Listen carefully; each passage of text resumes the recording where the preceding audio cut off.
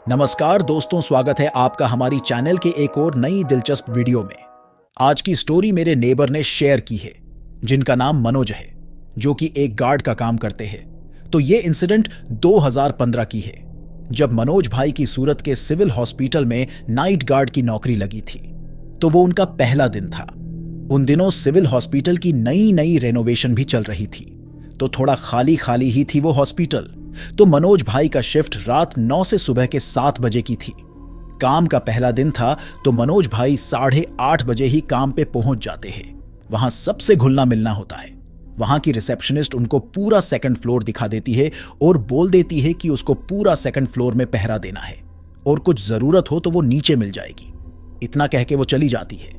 मनोज भाई को पूरा फ्लोर अकेले ही देखना था, क्योंकि उनका एक साथी पिछले 4 दिन से काम पे नहीं आ रहा होता है किसी कारण से। पूरा फ्लोर खाली थी, क्योंकि पेशेंट बहुत कम थे और जो थे सब ग्राउंड फ्लोर और फर्स्ट फ्लोर पर ही थे। मनोज भाई एक कुर्सी लेते हैं और पंखे के नीचे मस्त बैठ जाते हैं और कान में ईयरफोन लगा के गाना सुन रहे होते हैं। तो उनका ध्यान ना उस फ्लोर के आखिर की तरफ जाती है, जहां की लाइट बीच बीच में रह के फ्लिकर कर रही होती है। वो सोचते हैं कि शायद रेनोवेशन चल रही है ना, इसलिए लाइट की कनेक्शन ठीक से नहीं हुई होगी। रात के 3 बज रहे होते हैं।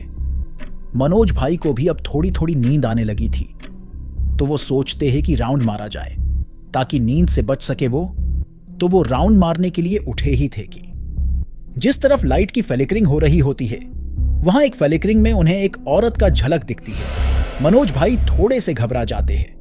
फिर उन्हें लगा कि शायद नींद की वजह से ऐसा हो रहा होगा, ऊपर से उनका काम का पहला दिन। ये सोच के वो राउंड मारना शुरू करते हैं। ठीक 4 राउंड लगाने के बाद मनोज भाई जब अपनी कुर्सी पे वापस बैठे ही थे कि उन्हें एक औरत के जोर जोर से चिल्लाने की आवाज आती है। वे वहीं कुर्सी पर ही जम गए। उनको हिम्मत नहीं हो रही थी कुछ कर पाने की। फिर वो एकदम से कुर्सी से उठते हैं और सीढ़ी से नीचे की ओर भागते हैं। नीचे जाते ही वो रिसेप्शनिस्ट उनको पसीने से तरबतर देख पूछती है, क्या हुआ, तुम ऐसे क्यों दौड़ते हुए नीचे आए और इतने पसीने क्यों हैं? मनोज भाई बोलते हैं कि ऊपर पहरा देते वक्त आखिर में जो वार्ड है, उधर से एक औरत के जोर जोर से चिल्लाने की आवाजें आ रही है। तो रिसेप्शनिस्ट बोलती है, जरूर तुम्हें कोई वहम हुई होगी, क्योंकि ऊपर तो कोई भी पेशेंट नहीं है। खैर, तुमको तसल्ली दिलाने के लिए मैं भी चलती हूं, तुम्हारे साथ ऊपर वही वार्ड में जाके देखती हूं। फिर दोनों ऊपर गए और उस वार्ड में गए तो वहां कोई भी नहीं थी और ना ही किसी की चिल्लाने की आवाज आ रही थी। वो रिसेप्शनिस्ट बोलती है, देखा, यहां कोई भी नहीं है, तुम्हारा काम का पहला दिन है ना, इसलिए ऐसा वहम हुई होगी। अब तुम अपना पहरा जारी रखो, मैं जाती हूं वापस अपने काम में। इतना कह के वो रिसेप्शनिस्ट चली जाती है और मनोज भाई वापस अपनी कुर्सी में डरे सहमे से बैठे होते हैं। फ्लोर के आखिर में जो लाइट फ्लिकर कर रही थी, अब वो अचानक से बंद पड़ जाती है, तो उस तरफ थोड़ा अंधेरा हो जाता है। मनोज भाई जैसे ही उस तरफ नजर घुमाते हैं तो देखते हैं कोई उस वार्ड से उन्हें झांक रहा होता है। मनोज भाई फटाक से अपना मुंडी झटकते हैं और फिर से उस तरफ देखते हैं, तो वहां अब कोई नहीं झांक रहा होता है। उस तरफ थोड़ा अंधेरा हो गया था। लाइट के बंद पड़ जाने से तो मनोज भाई अपना टॉर्च चालू करते हैं और उसी तरफ बढ़ते हैं, देखने के लिए कि वो सच में कोई उनका वहम है कि सच।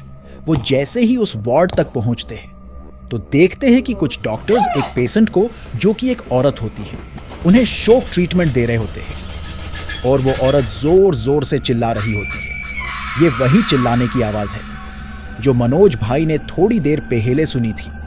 उनमें से एक डॉक्टर शॉक का पावर बढ़ा देते हैं और जैसे ही उस औरत को शॉक देते हैं, वो औरत जोर से चिल्लाती है और वहीं कुर्सी पर ही दम तोड़ देती है।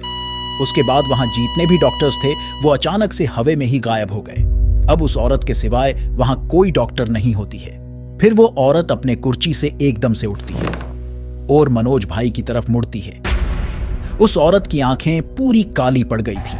फिर हड्डी के कड़कड़ाने की आवाज के साथ उसके दोनों पैर उल्टे हो जाते हैं। फिर वो मुस्कुराते हुए मनोज भाई की तरफ बढ़ना शुरू करती है। इतना सब देखते ही मनोज भाई के हाथ से टॉर्च छूट गई और वो सीधा भागे सीढ़ियों से नीचे की ओर।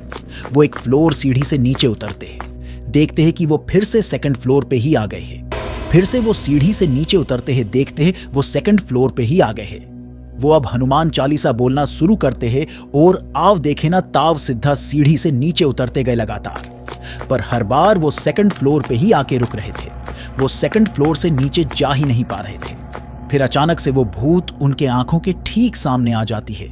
मनोज भाई पसीने से तरबतर तो थे ही, साथ में उनकी दिल की धड़कन भी काफी तेज हो चली थी। उस औरत के ऐसे अचानक से सामने आने से वो सीधा बेहोश ही हो गए। फिर सुबह जब उनकी आंख खुली तो देखते हैं कि वो एक हॉस्पिटल बेड पर है। उनके होश में आते ही वो रिसेप्शनिस्ट इनसे पूछती है कि क्या हुआ था, तुम ऐसे बेहोश क्यों हो गए थे।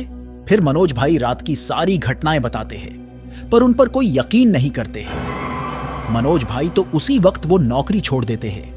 कुछ दिन बाद वो उसी साथी गार्ड से मिलते हैं जो कुछ दिन से नहीं आ रहा होता है। उससे बात करके पता चली कि वो भी रात को कुछ वैसा ही देखे थे। उसके बाद से वो भी नौकरी पे जाना छोड़ दिए थे। कहते हैं कि रेनोवेशन से पहले एक पागल औरत का इलाज चल रही होती है। उसे शोक ट्रीटमेंट देते वक्त उनमें से एक नया डॉक्टर था जो शोक का पावर लिमिट से ज्यादा बढ़ा देता है, जिस वजह से उस औरत की वहीं पे मौत हो जाती है और अब उसी की आत्मा वहां भटका करती है। होप कि आप लोगों को ये स्टोरी पसंद आई होगी। अगर आपके पास भी ऐसी ही कोई ऑफ बीती है तो हमसे जरूर शेयर करें। और ऐसी ही रोचक दिल दहला देने वाली कहानियां और ऑफबीती सुनने के लिए हमारे चैनल फियर फैक्ट्री को जरूर सब्सक्राइब करें और हाँ, बेल आइकन दबाना ना भूलें। तो मिलते हैं अपनी अगली वीडियो में, तब तक के लिए बाय बाय, टेक केयर।